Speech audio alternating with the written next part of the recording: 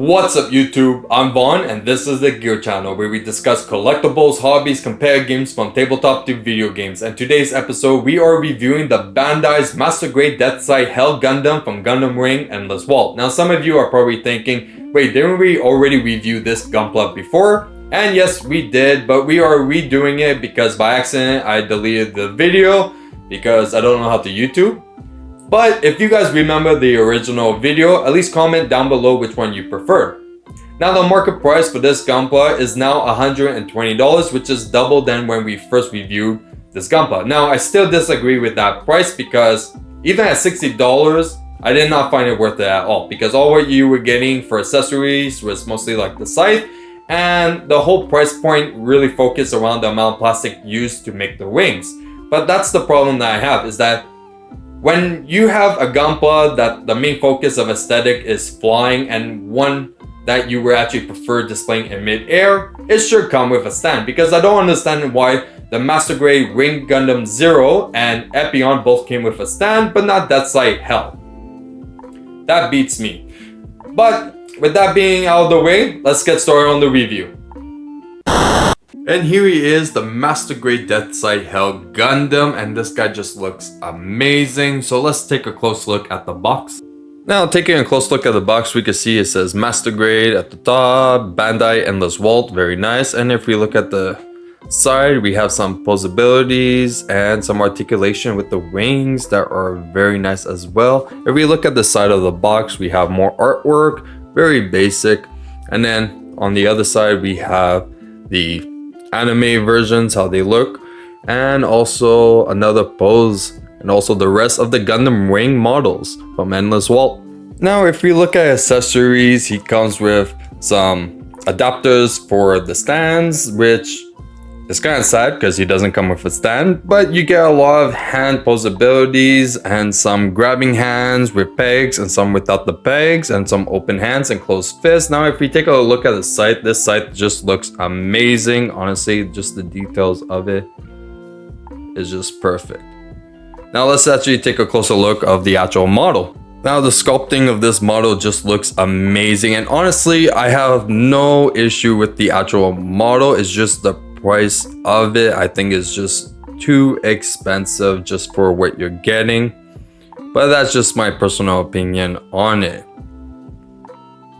Even the leg sculpt of this figure looks amazing. Everything about him just looks spot on. Even the wings alone looks amazing. Here is the inside of the wing and here is the outside of the wings, and honestly, both sides looks amazing. Now let's see some articulation. Now for the head, can move side to side.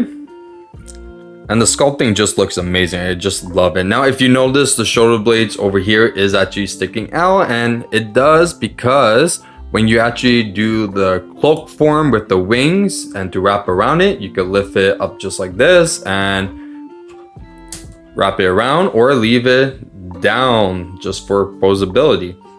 Now for the shoulders, it definitely do have a little hinge that goes inwards and outwards, so if you want to do amazing poses for the scythe. For the arms, it does turn 360, but it does get a little bit stuck on the chest a bit, so definitely put it back. The elbows definitely have an amazing bend like most Master Grades do. But the only thing about the hands of turning 360, it kind of gets in the way with the spikes that he has over here. But if we look at the ab crunch, it does have amazing ab crunch, as you can clearly see.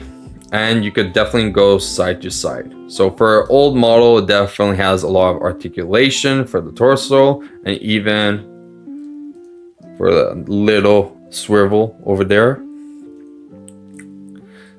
Next, definitely, if we can remove the skirts are definitely very articulated, but it does fall out, especially the back one. So, but we could just plug it back in just like this, and it's not an issue. Just have to be very careful.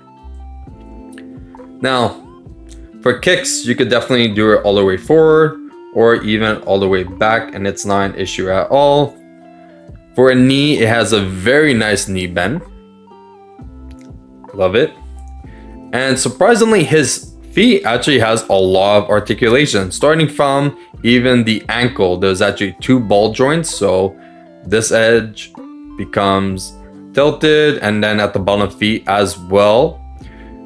Now it has actually a lot of articulation for the feet, so you can actually purr all the way down, and even the toe as well.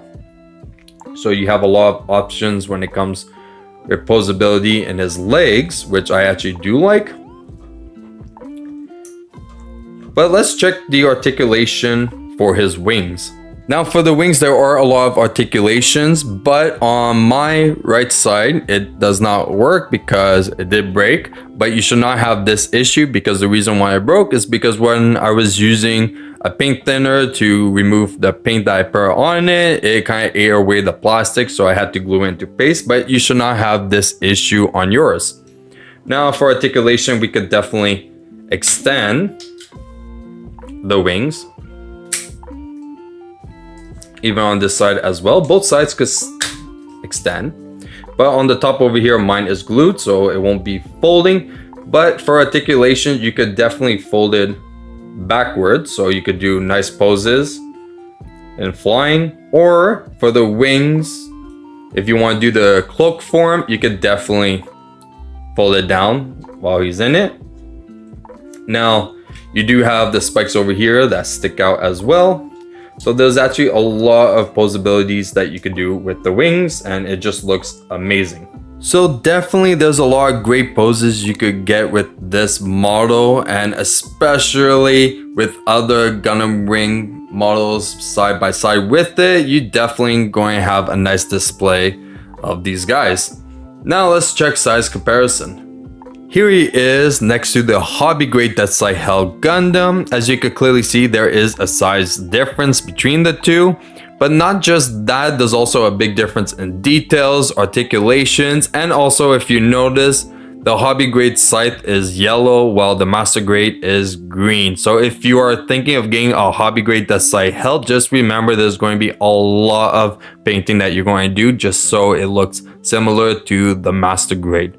And here he is with the Master Grade Ring Gundam Zero and Epion. Now, there is clearly an in-between size difference because he is taller than Ring Gundam Zero, but he is a little bit shorter than Epion. But these guys definitely look amazing, and especially if they are displayed in mid-air. Definitely you will want to display these guys in mid-air because they just look amazing. Now let's wrap up the size comparison with our final grade that we have, the perfect grade. And here he is next to the perfect grade Strike Freedom Gundam. Now, as we can clearly see, there is such a big size difference compared to a Master Grade and a perfect grade. And this only makes me want to hope that maybe one day Bandai will make a perfect grade Deathscythe Hell Gundam. I will buy that right away. And that's it for a size comparison. And that's it for the Bandai's Master Grade Deathscythe Hell Gundam. Now, if you guys enjoyed today's episode, you know exactly what to do. Like and subscribe. And if you guys want a sneak peek of future products we're going to plan on reviewing on this channel, you can follow me on my Instagram, Vaughn Gear. I'm Vaughn, and this was the Gear Channel.